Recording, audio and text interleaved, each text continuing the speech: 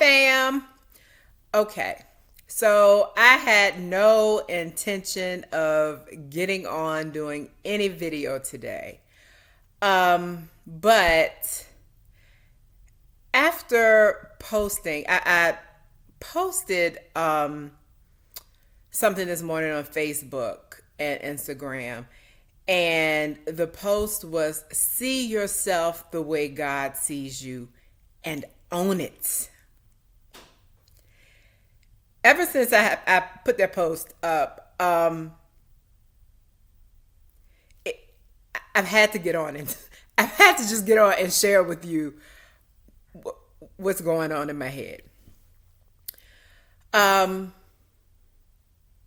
So that post, see yourself as God sees you and own it.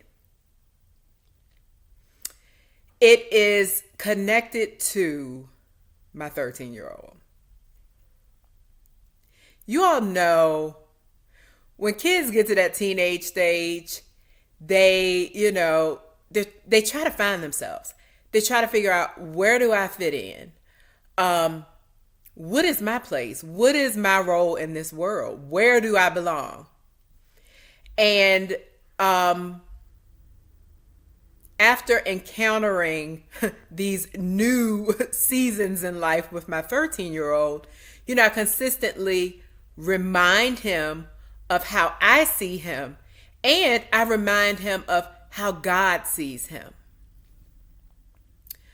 And the thing is, me reminding him consistently on a daily basis of how I see him, how God sees him, even though there may still be some questions or some trying to understand, trying to comprehend, it's still being embedded in his mind of how God sees him and of how I see him. And as a parent, you know how you see your child. And each parent, you think your child is just the greatest, and you're supposed to think that that's your child. God gave you that gift. That's a gift from God. And it's like, if they could only see themselves the way I see them. When you look at your child, that's what you think. If you could only see the potential I see in you. If you can only see what I see when I look at you now. And that goes for us as well. Sometimes I think God, his thoughts are, if you could only see the way I see you. If you could only see the way I look at you. A lot of us, and I'm going to use me for an example. Sometimes you get into adulthood and, you feel like you're supposed to have it all figured out. And let me first say this before I continue. When it comes to identity, there are two ways to identify yourself. You either identify yourself with the way God sees you, or you identify yourself with how the world sees you. And sometimes the scripture, we live in the world, but we're not of the world. Sometimes what the world thinks or what the world says becomes our norm without even realizing it. That becomes how we see ourselves. Me as an example. This is real talk. I'm keeping it real. I'm keeping it honest because you know what? People need to hear honesty. So many of us try to sugarcoat and pretend, and those days are over. Those days are over. We have to be honest and we have to be real because you don't know who needs to hear your story.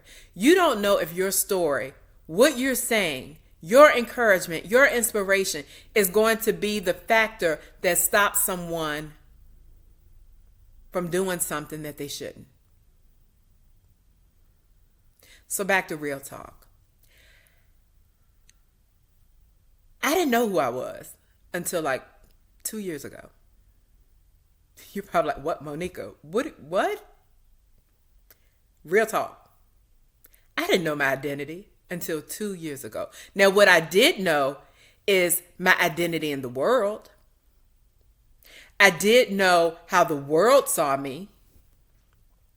And I did understand, okay, this is how they see me. So this is how I'm supposed to carry myself. Or this is what they think of me. So this is what I need to do. This is what I need to say. That was my identity up until 2 years ago. And how many of you know if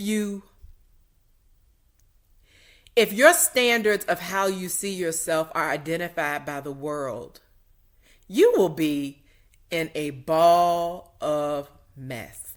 You will be so confused because we know the world changes, trends change, people change. Just the world is ever changing. And I'm not saying that I was trying to keep up with this person or keep up with this thing or do this thing or do, no. But I had become settled in the way I thought the world saw me.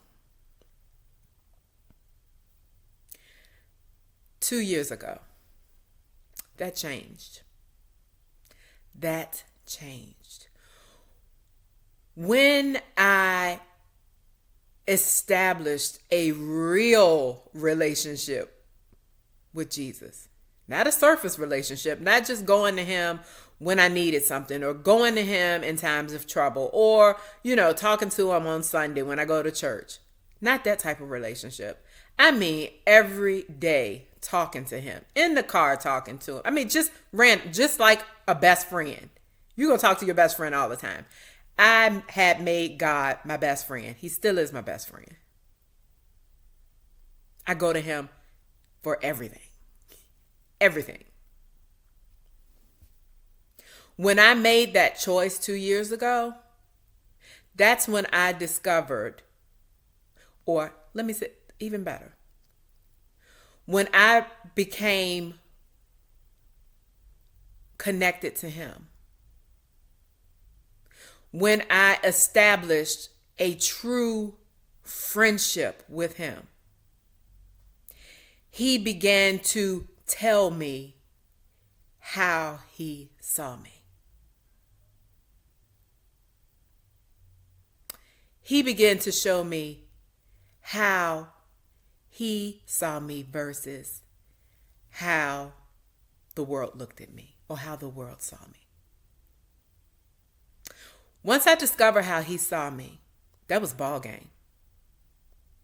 Because at that point, nothing anyone said, didn't matter how a person acted towards me, because they were used to my identity in the world. It didn't matter what they thought. I knew how he saw me.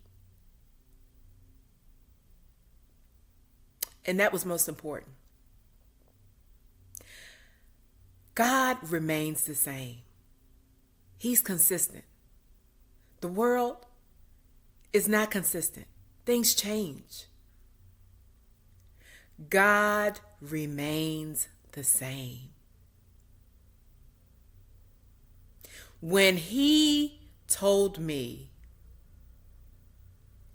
how much he loved me, when he described how he saw me, and when I say described, no, it wasn't an audible voice where he's speaking, Monica, this is, no. When you build that intimate relationship with him, he speaks to your spirit. And he begins to, if it makes sense, he begins to download into your spirit his thoughts. So once I started getting that download of how he saw me, that was it. That was it. See yourself how God sees you and own it. You are fearfully and wonderfully made. He made you in his image. Do not let the world identify how you see yourself. Because if you do, you will be in so much chaos. You will be in so much confusion. But when you understand how he sees you, you'll never be the same. God sees you as fearfully and wonderfully made. He made you. And I'll tell you like I tell my children, and this is grammatically incorrect. Let me say that up front. But this is what I tell my children. God don't make no junk. God does not make junk.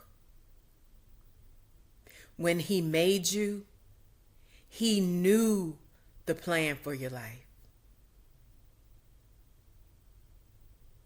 He didn't make you to be like somebody else. Now, I'm not saying that we can't admire things that we see in the world. Celebrities, influencers, whatever. I'm not saying you can't say, ooh, I like that, or I like their swag, or I like their vibe. That's cool. But you don't make that your identity. Because God created each one of us differently, and he created each one of us for a specific person. So when we start taking on the identity of something other than what he created, you're not being you. You're not being you. We're in the world, but we're not of the world. See yourself the way that God sees you. You were created in his image. And baby, you're more than enough. See yourself the way he sees you and own it. Heart fam, I love you, and I pray that this word has touched someone who needed to hear that God sees them as fearful and wonderfully made. You're not junk. You're in his image. And if you're in his image, oh my goodness. So I'm going to need you to hold on to that, own it, walk it out. And as you do, keep your head tall. Keep your head tall and know that my daddy made me. So I'm more than enough. Heart fam, see yourself the way God sees you and own it. Until the next chat, which will be tomorrow, because that is the plan chat. I love you all, and I pray that you have an amazing day. Love you, fam.